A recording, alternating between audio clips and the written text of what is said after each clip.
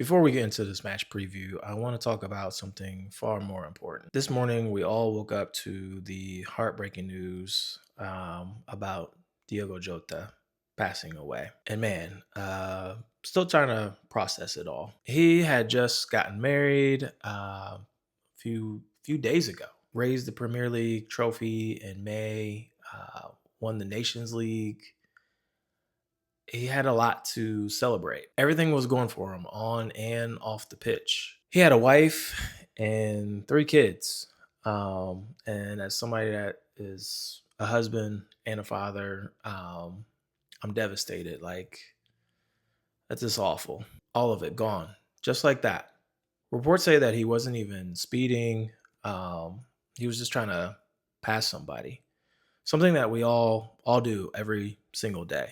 My heart goes out to his family, especially his wife, his kids, his parents.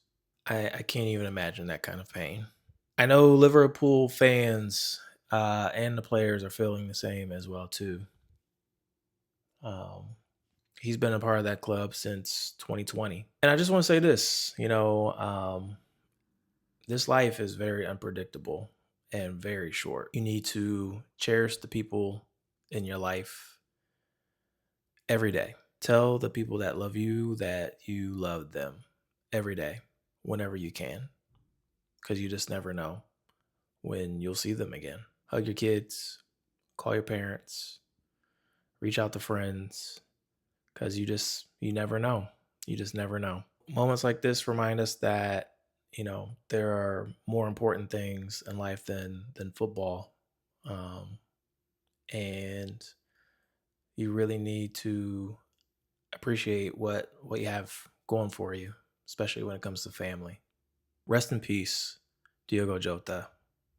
So with only 8 teams left in the Club World Cup, things are heating up, and it's going down this Saturday at MetLife Stadium. This is more than a game. This is a continuation, a legacy game, if you will, for Xabi Alonso. I think our first real test was against Juventus, especially in those conditions in Miami, playing, on a hot day, in the middle of the day, humid, everybody was sluggish. Given those conditions, we looked really flat in the first half, but that second half we had energy. But this gets us to the semifinals, and we've seen Borussia Dortmund before. We all know how that went in the Champions League final.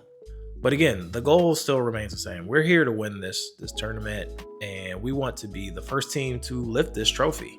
So this entire tournament and this game is the perfect stage for Xabi Alonso, and seeing how this team can continue to grow and perform in big games. This is a must-win game. All right, before we jump all the way in, there's some news that dropped out about Rodrygo. Mario Cortegana, a trusted voice in all things Madrid, has come out and said that the club has told Rodrygo they won't get in the way if he is desiring a move away from Real Madrid. And honestly, guys, I'm not surprised. I mean, I've said this before. The writing was on the wall. You could see it. He hasn't started in multiple games during this tournament. Xabi Alonso doesn't really ever talk about him and talks more highly about Franco than Rodrygo. And the root cause of all this is that Rodrygo just doesn't feel valued. He feels undervalued. And I've never understood that sentiment. We start him all the time. He's been pivotal in some big games for us. Yes, does he go disappearing sometimes? Yeah, but the same could be said about Vinny and some other players. Look, he has been clutch. He has over 30 Champions League goals. He's created some big moments for us throughout multiple seasons. You can't deny his impact. But let's be real. I think we knew that this could always be a situation when we brought in Mbappé. I just felt like there's only one ball on the pitch, and Vinny, Mbappé, Rodrygo all need that ball. And somebody was going to lose, or somebody's role was going to be diminished. It's just Rodrygo. He's the odd man out. And look, I understand, you have done some great things for Real Madrid. But if you want to be the man, this ain't the club. Like, you're not going to be the man over Vinny. You're not going to be the man over Mbappé. So if you want to be the man, then you got to leave. So look, it's a combination of multiple things. The lack of minutes in the Club World Cup, that's one. The signing of Franco, a 17-year-old who Xavi is speaking glowingly of throughout this tournament and says he can't wait to get him in the squad and use him. That's not something you want to hear when you're an established player that plays in the same position as the person that we just signed. So now it just feels inevitable. I think he's leaving. I've been thinking that he's leaving. Unless he's willing to take a diminished role, the system might change for him where, if we keep running this 3-5-2, where does Rodrygo fit in? I think it's going to happen. With that being said, this is going to be tricky. Rodrygo isn't going to be sold for like 70 million. There are players nowhere near the talent as Rodrygo that have sold for 70, 80 million. We got to be looking upwards of 90 million as an entry point, right? But I imagine, we don't sell him for nothing less than 100 million. That just makes sense to me. We can't just let him go for pennies on the dollar. So look, I'm never going to say that I want him to leave. He is a great player. But if we do let him leave, we have to get a return on investment for him. So let me know in the comments, do you think we should sell Rodrygo or keep him to make it work? And if we do sell him, what's the minimum price that you would accept? I want to talk about that last game against Juventus. So that 1-0 scoreline doesn't look like much, but it doesn't tell the full story. In that first half, I have to admit, we were mid. The whole game was mid. It was boring. But again, the conditions out there in Miami, playing in the middle of the day, 100 degrees, hot, humid, sticky. You could just tell the players were they just weren't feeling it. But we looked shaky. That right side with Rodrygo and Trent, that looked like a weak point for us. Now, I know Rodrygo is just now getting back from his knee surgery and Trent is new over there, but I have some concerns. Look, that first half, I'm not going to lie, we looked shaky. Juve had a couple of half chances and I was already bracing myself for a disaster, guys. Rodrygo was playing really sloppy. That whole right side really was bad and getting exposed. And this could be an issue kind of moving forward. Now, I know Rodrygo is just now coming back from his knee operation.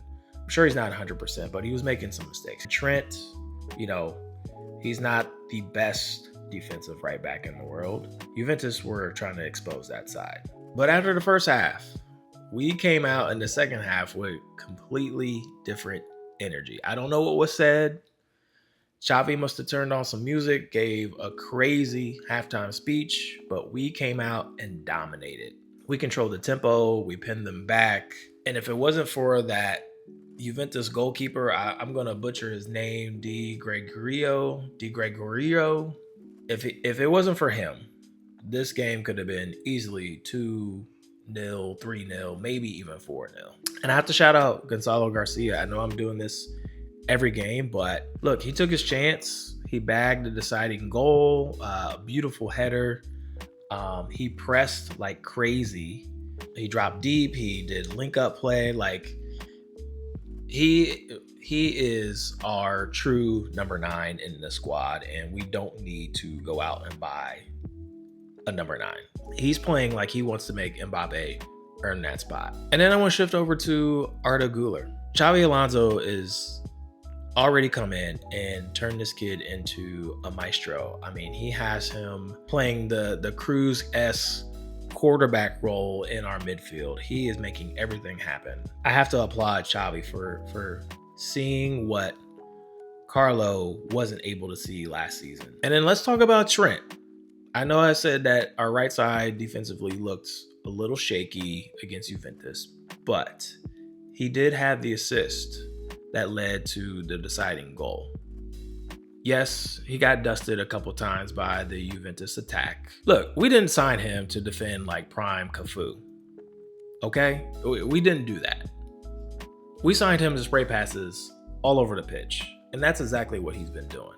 Now let's take a look at the ops. Borussia Dortmund. Yeah, they beat Monterrey 2-1, but that second half, they were in survival mode.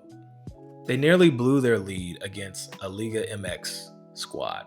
And if Monterrey can slice them open like that, what do you think we're going to do to them? This team doesn't look serious. Borussia Dortmund have had some close calls throughout this tournament. All right, here's the 11 I think that Xavi is going to roll out with. So we're going to stick with this 3-5-2 formation. It's working brilliantly. We've been using it in our must-win games, Salzburg, Juventus. If it ain't broke, don't fix it. So a keeper, obviously, it's going to be Courtois. Best keeper in the world.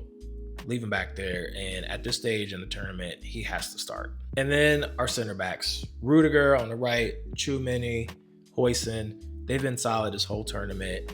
We got 2 back-to-back clean sheets, Salzburg, Juventus. Like, they're doing a great job. And even though some of them have looked shaky and had their moments, and in the Juventus game, none of them like lit the world on fire, but they've been solid and they're only getting better. And then our wing backs, Garcia, he's been bossing. And then on the right, we have Trent. They've been masterful getting into the attack, basically playing up in that midfield.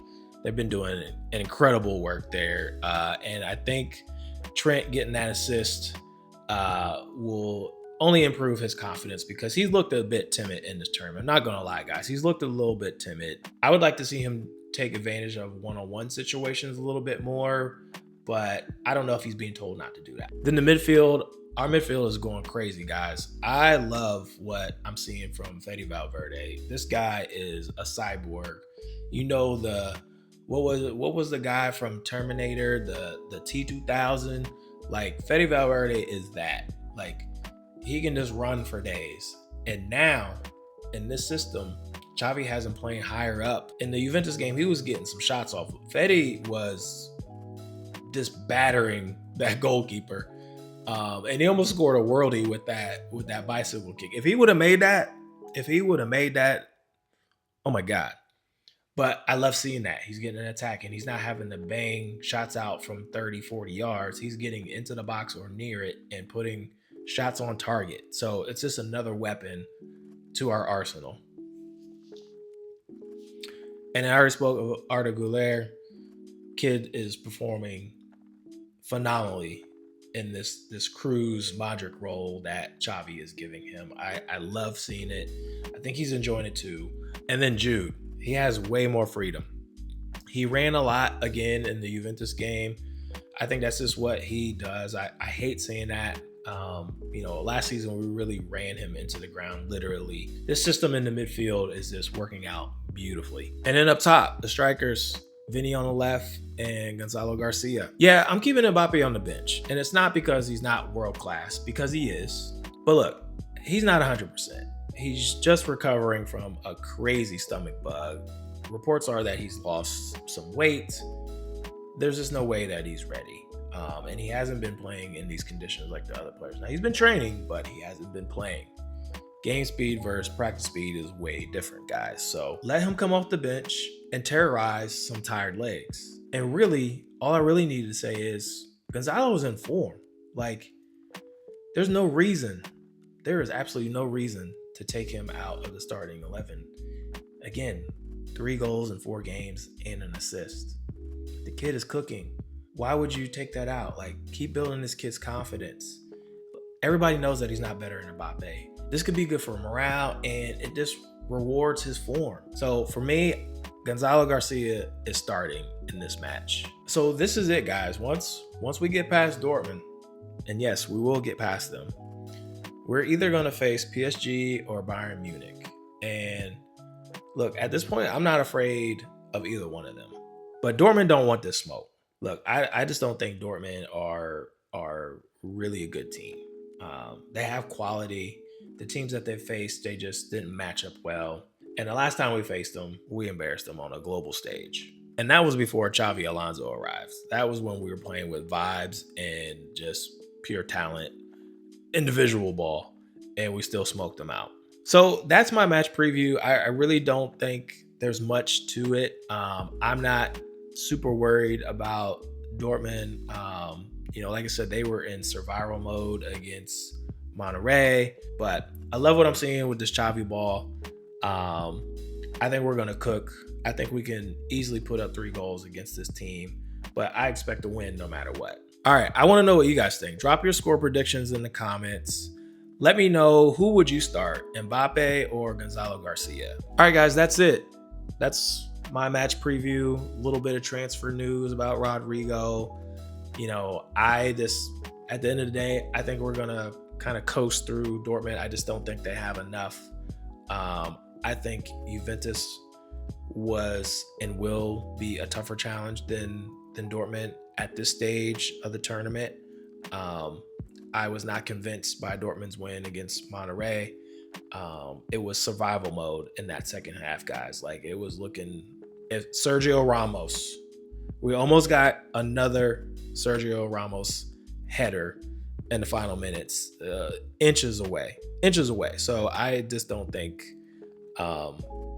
Dortmund have it in them to shock us. All right, so I need y'all to do a couple things. So drop your score prediction in the comments. Let me know how you feel about Rodrygo and this transfer situation. And then, who would you rather start in this match up top, Mbappe or Gonzalo Garcia? And do me a favor, please hit that like button if you've made it this far. And if you're new here, hit that subscribe button for your boy. All right, this is JT Football. Hala Madrid. Always. Peace.